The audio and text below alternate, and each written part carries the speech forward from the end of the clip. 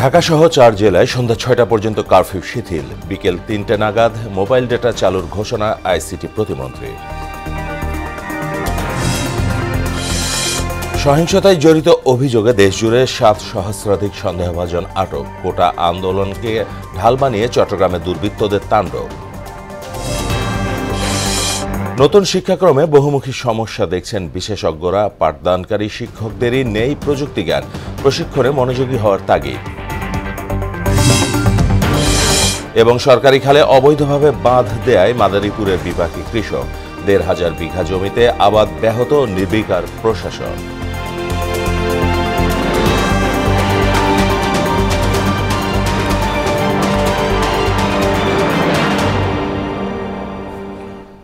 আসসালামু আলাইকুম, সবাইকে মোহনা সংবাদে স্বাগত। শুনছিলেন শিরোনাম, সঙ্গে আছি মাহমুদ হোসেন। এবার বিস্তারিত। ঢাকা, নারায়ণগঞ্জ, গাজীপুর ও নরসিংদীতে মঙ্গলবার পর্যন্ত দৈনিক 11 ঘণ্টা কারফিউ থাকবে না। স্বরাষ্ট্রমন্ত্রী আসাদুজ্জামান খান কামাল গতরাতে জানান, এই 4 জেলায় রবি, সোম ও মঙ্গলবার সকাল 7টা থেকে সন্ধ্যা 6টা পর্যন্ত কারফিউ শিথিল থাকবে। কারফিউ শিথিল হলেও রাজধানীর গুরুত্বপূর্ণ স্থানে তল্লাশি অব্যাহত রেখেছে আইন শৃঙ্খলা রক্ষাকারী বাহিনী। এদিকে মঙ্গলবার পর্যন্ত সরকারি অফিস চলবে সকাল 9টা থেকে বিকেল 3টা পর্যন্ত। বিকেল 3টায় সারা দেশে 4G নেটওয়ার্ক চালু হবে বলে জানালেন ডাক, টেলিযোগাযোগ ও তথ্য প্রযুক্তি প্রতিমন্ত্রী জোনায়েদ আহমেদ। বিটিআরসি ভবনে মোবাইল ফোন অপারেটর সহ সংশ্লিষ্টদের সঙ্গে বৈঠক শেষে তিনি একথা জানান। প্রতিমন্ত্রী বলেন, ইন্টারনেট চালুর পর সব অপারেটরের মোবাইল ইন্টারনেট গ্রাহক 3 দিনের জন্য 5 GB বোনাস পাবেন। ক্রমান্বয়ে কারফিউ শিথিল করায় স্বস্তি ফিরছে রাজধানীর জনজীবনে। বাকিটা জানবো সহকর্মী হুমায়ুন কবিরের কাছে। হুমায়ুন, নগরীর সার্বিক চিত্রটা এখন কি আমাদের জানাবেন? মাহমুদ, আপনি জানেন যে আইন শৃঙ্খলা পরিস্থিতি উন্নতি হওয়ায় কিন্তু কারফিউ শিথিল করা হয়েছে। আজকে সকাল 9টা থেকে 3টা পর্যন্ত অফিস আদালত খোলা রয়েছে। আমি রাজধানীর বিভিন্ন জায়গায় দেখেছি যে অর্থাৎ বিভিন্ন জায়গায় কিন্তু নগর পরিবহন এবং কি ব্যক্তিগত পরিবহনের অর্থাৎ চাপে কিন্তু বিভিন্ন জায়গায় যানজটের কিন্তু সৃষ্টি হয়েছে।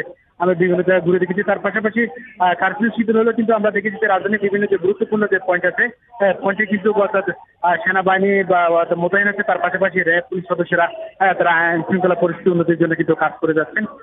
আমি একটা কোর্ট প্রাঙ্গন এলাকা, এখানে আমরা দেখেছি যে অর্থাৎ কোর্টের কিন্তু যে কার্যক্রম সেটা কিন্তু পরিচালিত হচ্ছে। এখানে দেখেছি যে যারা গ্রেপ্তার হয়েছেন, যারা বিভিন্ন নাশকতার সাথে যারা জড়িত ছিলেন, তাদেরকে কিন্তু কোর্ট প্রাঙ্গনে অর্থাৎ কোর্টে কিন্তু আনা হয়েছে। তাদের যে পরিবার তারাও কিন্তু এসেছেন, কিন্তু কিছু কিছু লোকজন অর্থাৎ তাদের লোকজনকে নির্দোষ দাবি করলো। কিন্তু আমরা মহানগর যে পিপি অর্থাৎ আব্দুল্লাহ আবুদার সাথে কথা বলেছি যে বিভিন্ন জায়গায় যারা নাশকতার সাথে জড়িত ছিল তাদেরকে কিন্তু কেবলমাত্র গ্রেপ্তার করা হয়েছে বলে উনি দাবি করেছেন। তারপরে যদি কেউ যদি অর্থাৎ নিরীহ কেউ যদি আটক হয়ে থাকেন, গ্রেপ্তার হয়ে থাকেন, যাতে বাসা ছেড়ে তাদের বিরুদ্ধে যে অভিযোগ আনেছে সেটা প্রত্যাহারের কথা মহানগর পিপি জানিয়েছে। আমি দেখেছি যে রাজধানীতে অর্থাৎ কারফিউ শিথিল হওয়াতে কিন্তু জনজীবনে স্বস্তি এসেছে। মানুষ যে আগের মতো যে দৈনন্দিন কাজকর্ম করার জন্য যে উৎসব প্রকাশ করেছেন, সেই উৎসব বিরাজ করছে জনসাধারণের মধ্যে। এই ছিল আমার কাছে সর্বশেষ। হুমায়ুন, আপনাকে ধন্যবাদ। দর্শক, বন্দরনগরী চট্টগ্রামে সকাল 6টা থেকে রাত 9টা পর্যন্ত কারফিউ শিথিল রয়েছে। এতে নগরবাসীর মধ্যে স্বস্তি ফিরতে শুরু করেছে। বন্দরনগরীর সার্বিক পরিস্থিতি জানাচ্ছেন সহকর্মী সুমন কুমার। আমি এই মুহূর্তে অবস্থান করছি চট্টগ্রাম নগরীর টাইগার পাস এলাকায়।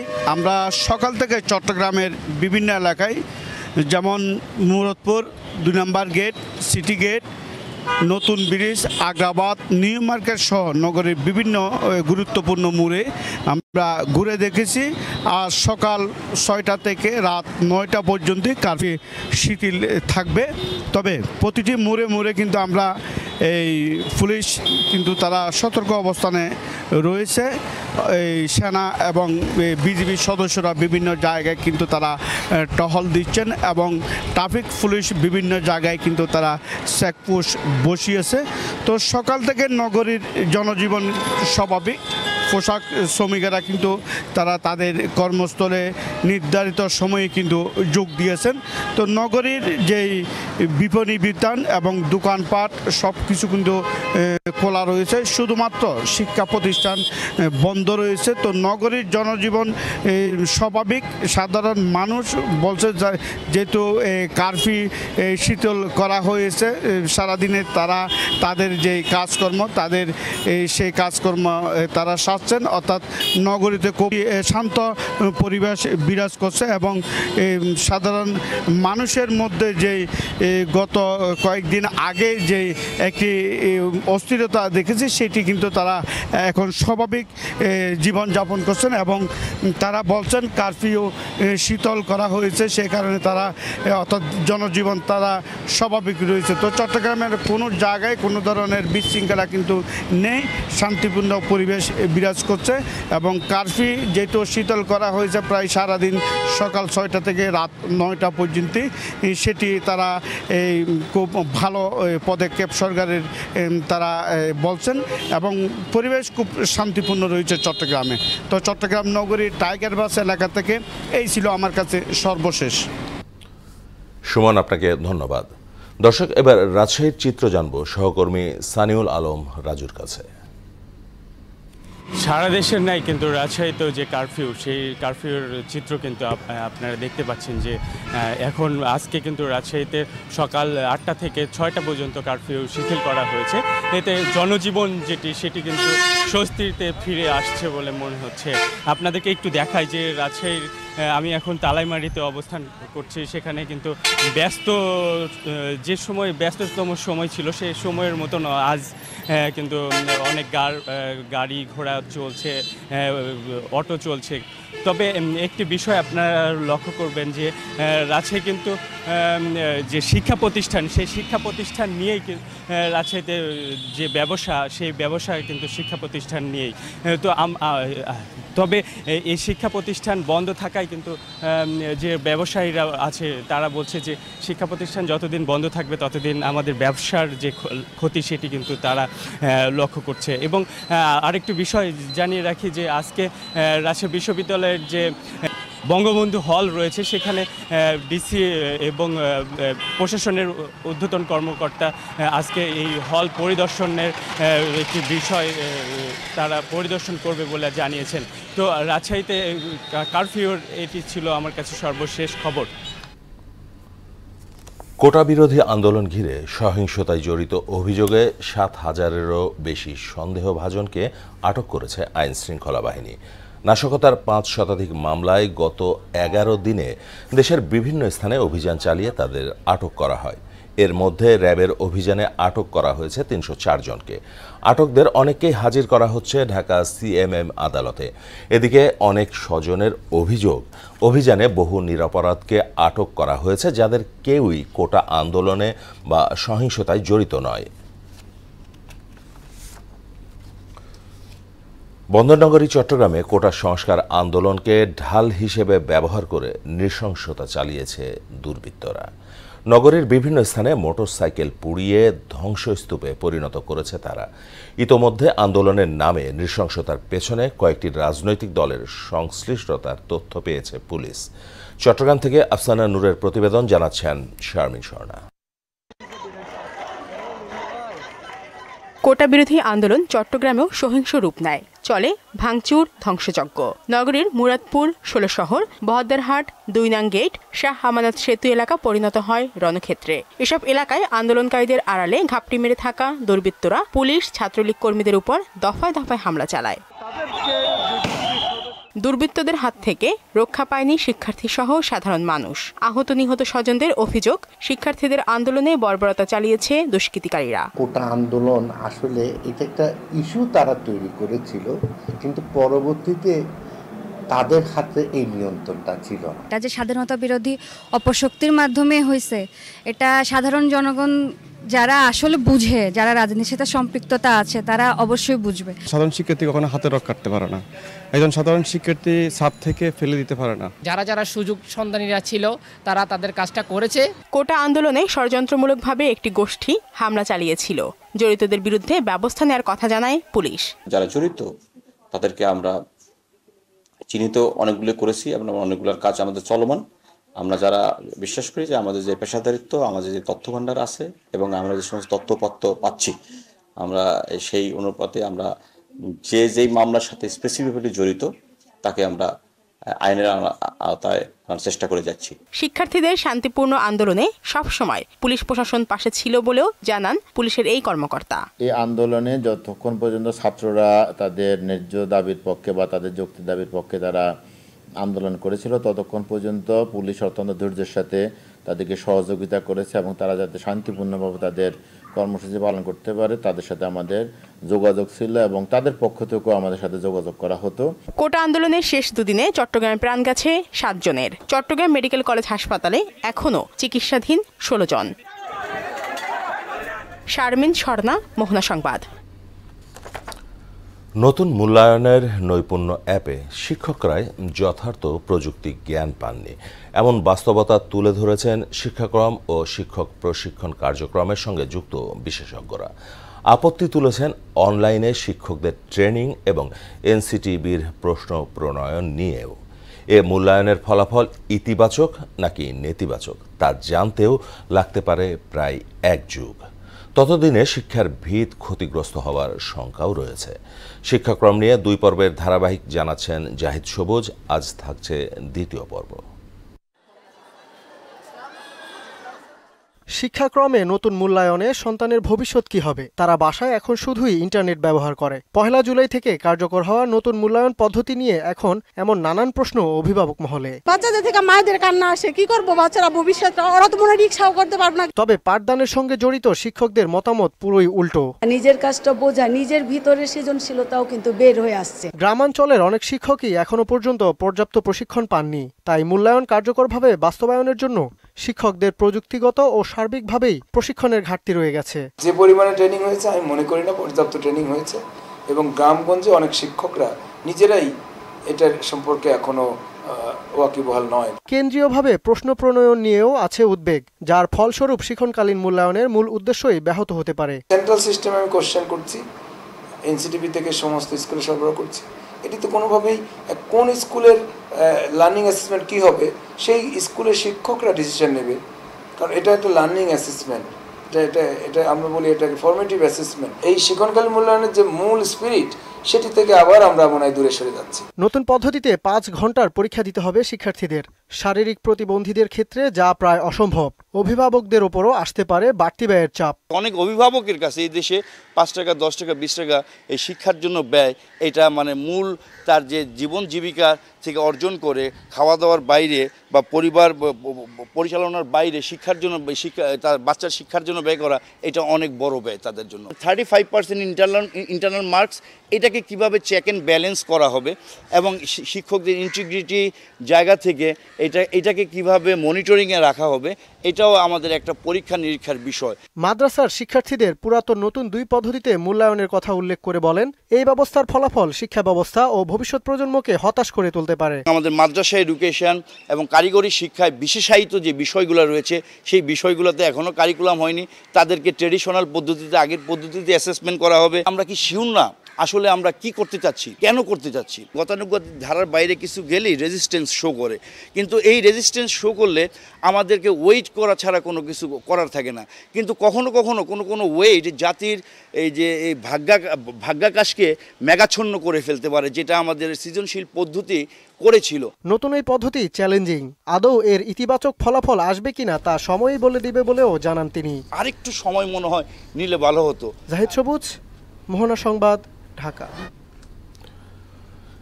সরকারি খালে অবৈধভাবে বাঁধ দেয়ায় বিপাকে পড়েছেন মাদারীপুরের শতাধিক কৃষক। একটি প্রভাবশালী মহলের এ অবৈধ কর্মে পানি চলাচল বন্ধ হওয়ায় ব্যাহত হচ্ছে প্রায় 1,500 বিঘা ফসলি জমির চাষাবাস। বিষয়টি নিয়ে জেলা প্রশাসনের কাছে বারবার নালিশ করেও কোনো প্রতিকার মেলেনি বলেও অভিযোগ করেছেন স্থানীয়রা। মাদারীপুর থেকে আরিফুর রহমানের তথ্যে আরও জানাচ্ছেন আফরিন পপি।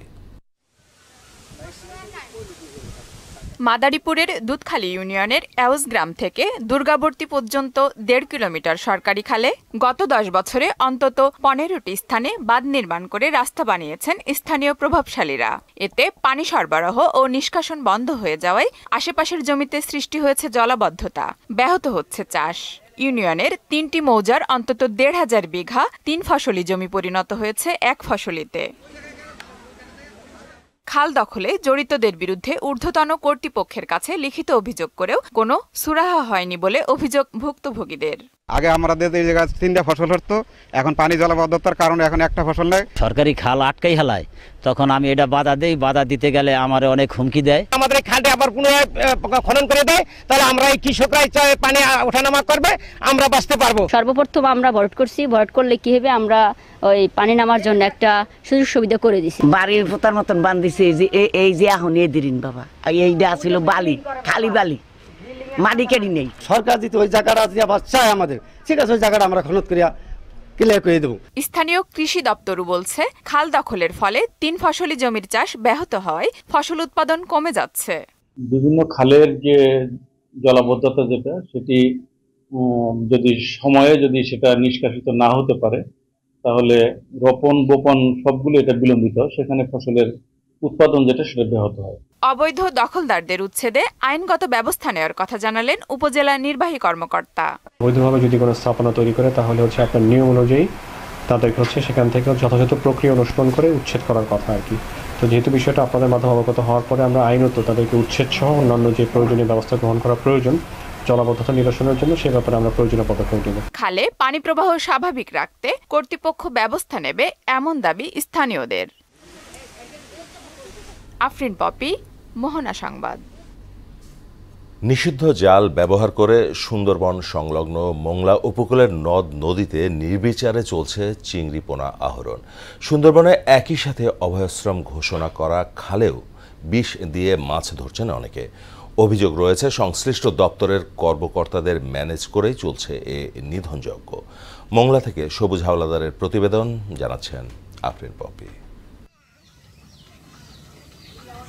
প্রজনন মৌসুম ঘোষণা করে সুন্দরবন সংলগ্ন নদী খালে 1 জুন থেকে 30 আগস্ট পর্যন্ত সকল ধরনের মাছ আহরণ নিষিদ্ধ করে সরকার। একই সাথে সুন্দরবনে বনজীবী ও পর্যটকের প্রবেশের উপরও নিষেধাজ্ঞা দেওয়া হয়। কিন্তু বন সংলগ্ন পশুর নদীতে কানাইনগর থেকে জয়মণি পর্যন্ত নিষিদ্ধ নেট দিয়ে চিংড়ি পোনা শিকার করছেন হাজার হাজার নারী পুরুষ। জাল ধরবো না করবো কি, আজকে জাল না ধরে কালকে বাচ্চা কাচ্চা না খেয়ে মরে যাবে। পেড়ে তো মানে না, জাল ধরবো নরম কি। এই যে গলার পোনা এগুলো সংগ্রহ করে বেশি এতে চাল কিনে খাই। নিষিদ্ধ কাজ, তারপরও পেটের জন্য আমরা ধরি। অবৈধ নেট জাল ব্যবহারে একটি পোনা ধরতে অন্য প্রজাতির 1000 পোনা নষ্ট করা হচ্ছে। এতে করে নদ নদীতে তৈরি হবে মাছের সংকট। একটা পোনা ধরতে যায় যদি আমরা 1000 পোনার ক্ষতি করি, অর্থাৎ আমরা এই যে বাগদা চিংড়ি যে পোনাগুলো ধরার জন্য যে নেটগুলো নিষিদ্ধ যে নেটগুলো পাচ্ছি, নেটগুলো দিয়ে যদি একটা পোনা ধরি, তা অন্য মাছের প্রায় 1000 পোনার ক্ষতি হয়ে যায়। অন্যান্য মাছের ছোট ছোট ডিম বাচ্চা সবগুলো নষ্ট হয়ে যায়। পশুর নদীতে নেট জালের ব্যবহার বন্ধ করা বন বিভাগের দায়িত্ব নয় বলছেন বিভাগীয় বন কর্মকর্তা।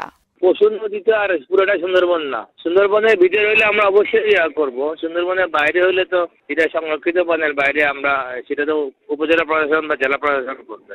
সুন্দরবনের ভিতরে হলে আমরা অবশ্যই এনফোর্সমেন্ট করি। সরকারি নির্দেশনা বাস্তবায়নে নিয়মিত অভিযান পরিচালনা করার কথা জানিয়েছেন এই মৎস্য কর্মকর্তা। প্রত্যেক দিনই আমাদের কিন্তু অভিযান বা মোবাইল কোর্ট চলতেছে। আমার আজকেও টিম অলরেডি নদীতে আছে। এখন নেট জাল বা বেহেন্দি জাল, যে কোনো অবৈধ বা চরগড়া জালের বিরুদ্ধে আমাদের অভিযান 12 মাসই রয়েছে এবং এটা চলমান রয়েছে। 2002 সালে নেট জাল ব্যবহার নিষিদ্ধ করে সরকার, কিন্তু দীর্ঘ কয়েক বছরেও নেট জালের ব্যবহার বন্ধ হয়নি সুন্দরবন সংলগ্ন নদ নদীতে। আফরিন পপি, মোহনা সংবাদ। এবারে দেশের বাইরের খবর। গোলান মালভূমিতে প্রাণঘাতী হামলার জবাবে লেবাননে হিজবুল্লাহর ঘাঁটি লক্ষ্য করে গোলাবর্ষণ শুরু করেছে ইসরায়েল। শনিবার ইসরায়েল অধিকৃত গোলান মালভূমির একটি ফুটবল মাঠে রকেট হামলায় মারা যায় 12 তরুণ, যাদের বয়স 10 থেকে 20 বছরের মধ্যে। এজন্য লেবাননের সশস্ত্র গোষ্ঠী হিজবুল্লাহকে দায়ী করে তেল আবিব। যদিও হামলার দায় অস্বীকার করেছে সংগঠনটি। হামাসের হামলার প্রতিশোধ নিতে গত বছরের অক্টোবরে ফিলিস্তিনের গাজায় ইসরায়েলি বাহিনী সর্বাত্মক আক্রমণ শুরু করে। কিছুদিন পর লেবাননের হিজবুল্লাহ সরাসরি সংঘাতে জড়িয়ে পড়ে। শেষ করব মোহনা সংবাদ, যাবার আগে শিরোনামগুলো আরও।